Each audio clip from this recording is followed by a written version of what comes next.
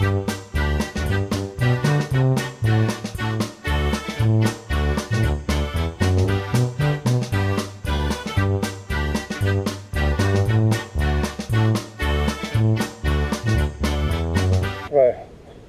favorite time of year when I start to pick.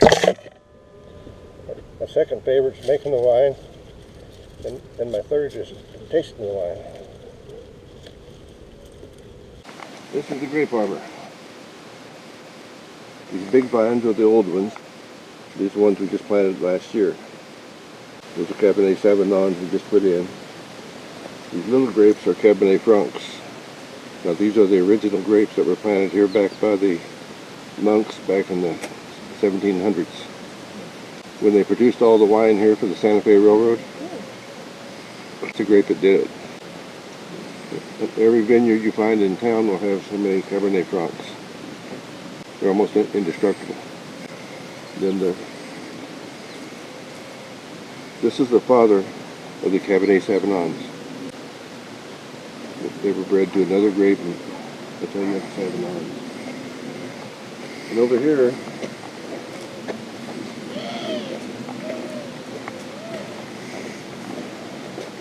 these are all the big white grapes.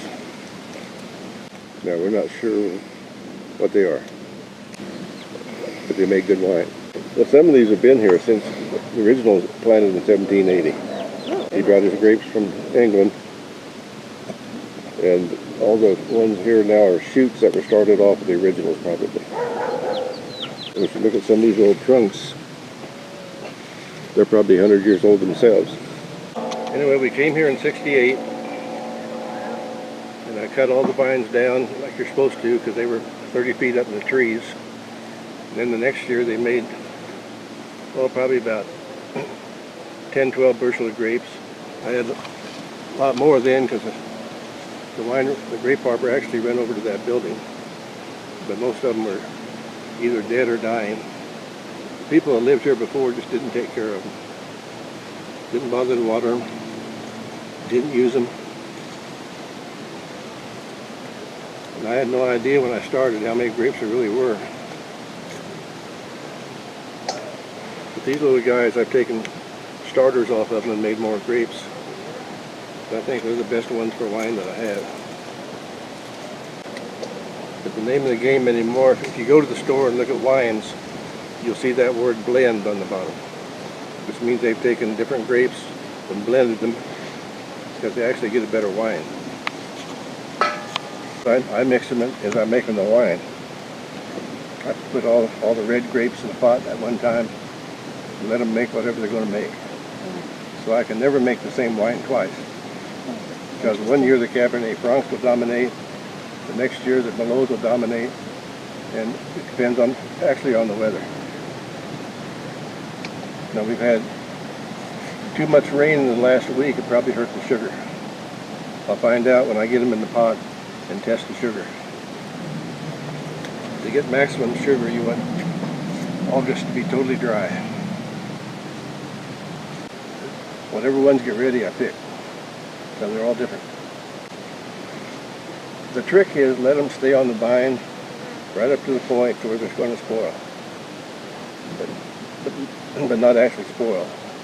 The grapes will tell you, because if they've been on the vine too long, they'll start to shrink and make raisins. And you won't get any more sugar. They got maximum sugar at that point. You might as well pick them. Mm-hmm. And like I say, when they get the gray on the sides, that says they're telling you that, okay, we're ready to make wine. We're making our own yeast. Of course, we pick them, we put them in the pot, we kill their yeast, and put in a French yeast.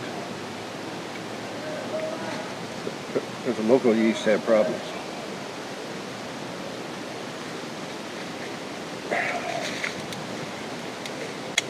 The beautiful like that, that's probably the best year we're going to get.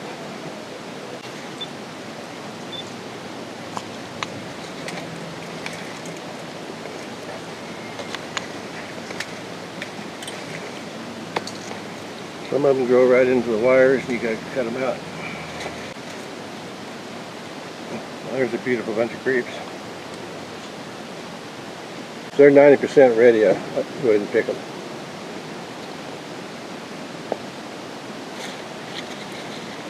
These grapes pretty well get ripe all at once. I've got some over there, you actually pick them over a 2 or 3 week period. Very inconsistent. I grew up in Kansas where they have wild grapes that look just like this, but they don't make good wine. They make beautiful jelly, but that just isn't wine country. And then these grapes, we don't take them off the stems. We just put them in the pot and crush them right on the stem and make the wine right on the stem. Now the white grapes, when we pick them, we'll pull everything off. These grapes were planted, they tell me, back in 1870, and most of them are shoots that were taken off of them, so over the years, pretty well the same grapes, just the old ones mature and you make new ones. I like to do them by hand. In fact, everything I do is by hand.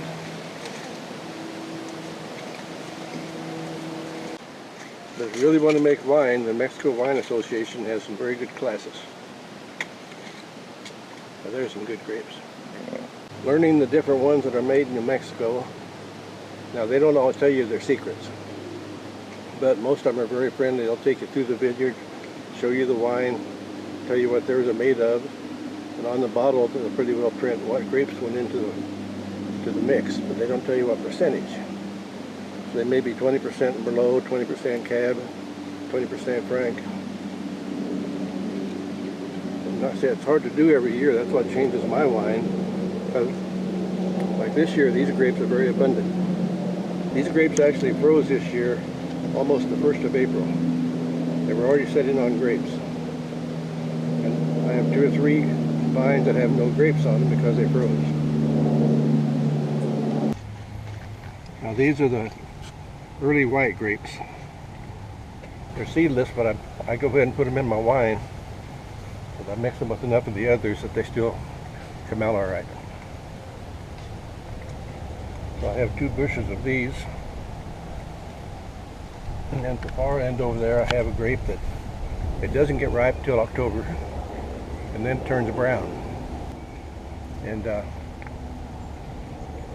goes in with the white grapes, and they all mix together. So what I have is a South Valley blend. I don't make any straight wines. This particular grape, I've asked a lot of people what they are, and nobody really knows. They're green now. Here it is August, they're still hard as a rock. They won't get ripe till mid-October. And when they do, they'll turn brown. But then they make a real sweet white wine. So I'll pick them and put them in the refrigerator. Now as the rest of them get ripe, the next 2 or 3 days, and I go ahead and I'll make the wine like Saturday or Sunday. If they don't, then I'll freeze some of these to keep them a while. Depends on the weather. Right now it's beautiful ripening weather. No clouds, sun. This is exactly what they want the last couple of weeks. When we first moved out here, we had all these white grapes, and I didn't really care for white wine, so I didn't even make wine. I fed these to the pigs. And then one day I started making white wine. Everybody told me my white was better than my red, so now I make a lot of white wine. It's a pretty small vineyard, but it puts out a lot of grapes. Off of this vineyard, I'll get about 6 wheelbarrows full. And that will make probably 30 to 40 gallons of wine, which converted to bottles is 120 to 130 bottles. Now, if I add any water, if they're real rich that year and they have too much sugar, then you add water to bring them down. And like this one, I have to add water in this to get the sugar down, or it just turns out a sugar wine.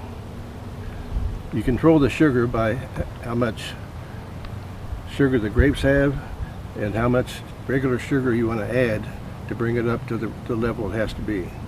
Now the sugar level is what's going to tell you the alcohol. And I try to get my wines to come out 12%, which means sometimes I have to add sugar to get up there. The trouble is I have so many different kinds and I have no idea what they are, that I have to do it in stages. Now normally I go ahead and do the purples, and the whites are the ones I'll freeze. A lot of people don't like to freeze them, but I can't tell the difference. The little purples I like to go ahead and just make the wine, because they're ready. This has been Whining with Carl for this station, and I'll see you next time.